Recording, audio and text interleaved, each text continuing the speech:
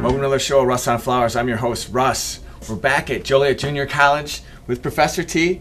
We're doing cake decorating today. Fresh flowers, cake. We've had a ton of inquiries about doing cake shows, so here we are, and we're so happy and honored to be back with Professor T doing a cake. Thanks, Russ. Take it away. Well, I love doing wedding cakes with fresh flowers, and it's beautiful when the baker does the little delicate ribbons and the fleur-de-lis, but it is gorgeous when the cake matches the bridal party or the table centerpieces that are at the reception. And it's very simple to do, and it is very in style to put fresh materials on a cake. This little thing is called an igloo, and it's basically a little block of fresh foam that's encaged with plastic, and it's perfect for a cake top. Since most cake tops are 6 inches in diameter, this little guy fits. We'll make our design in it. We'll sit beautifully on top of this little cake here for us, and we're going to coordinate with our holiday centerpiece. We're going to add small little pieces of white pine to it, and we're going to use some Oregonia, which is similar to boxwood. It just has a little bit of a golden yellow color to it, which is kind of pretty. And again, the key is on this little igloo here is when you soak this, let it sink on its own. Don't push it into the water. Let it sink on its own until it absorbs all the moisture, and then use really small pieces of greenery on here so that it's not overpowering the cake topper. So you green first. I green first before we put any flowers inside of it. I will green first and use, again, the small amounts of the white pine. It's very fragrant. I wouldn't stick white pine directly onto the cake because it's sappy. Yeah, I wouldn't do that. And I would also, the flower that I always avoid coming in contact directly with the frosting is Alstroemeria, because there's so many people that have allergic reactions to that particular bloom. So that's the only flower you'd recommend? That's the one I always tell people, don't put this directly onto your cake because so many people have allergies to it. What's your favorite flower to go on cake? Roses, big open roses. Really? I love open roses on a cake. They're beautiful. So we're going to green up, and I'm going to add a little bit of this Oregonia, again, because it kind of has a little bit of a gold tinge to it, which is holiday-esque. Again, we remove our lower foliage on from our little piece.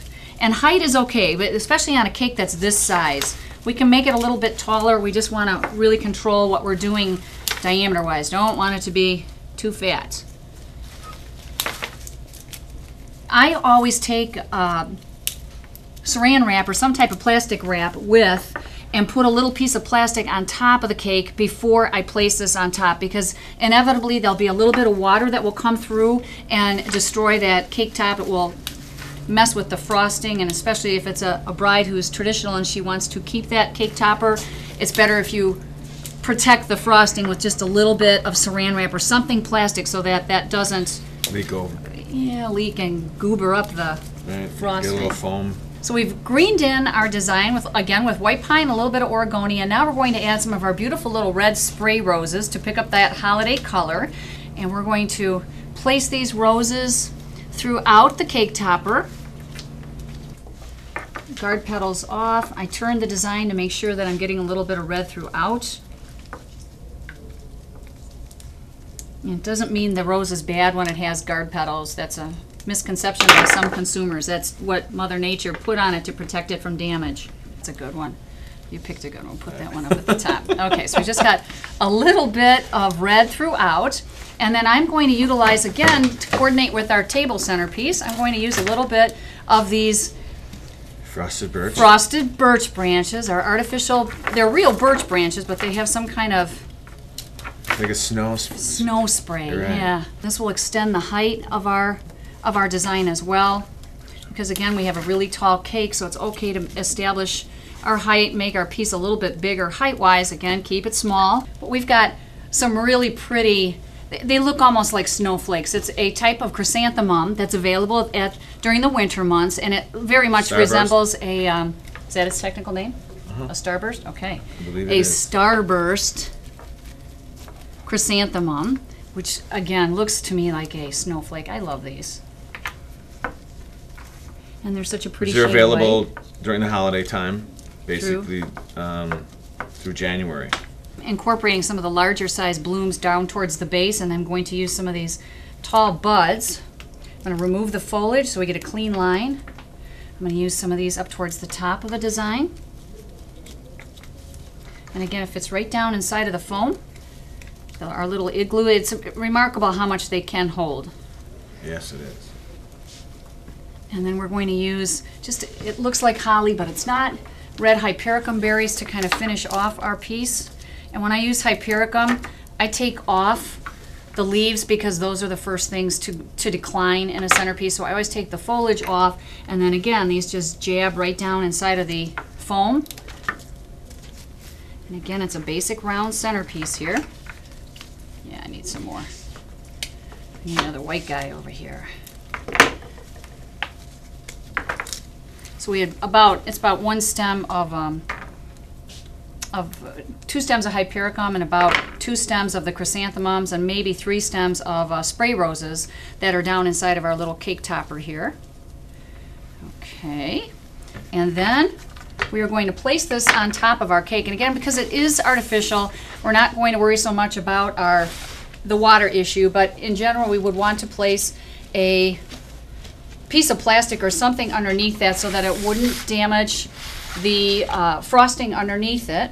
And then we're going to continue our theme throughout. Now this is the fun part. On a real cake, you lay materials right on top of it, and if it doesn't stay, you can kind of stab it into the cake.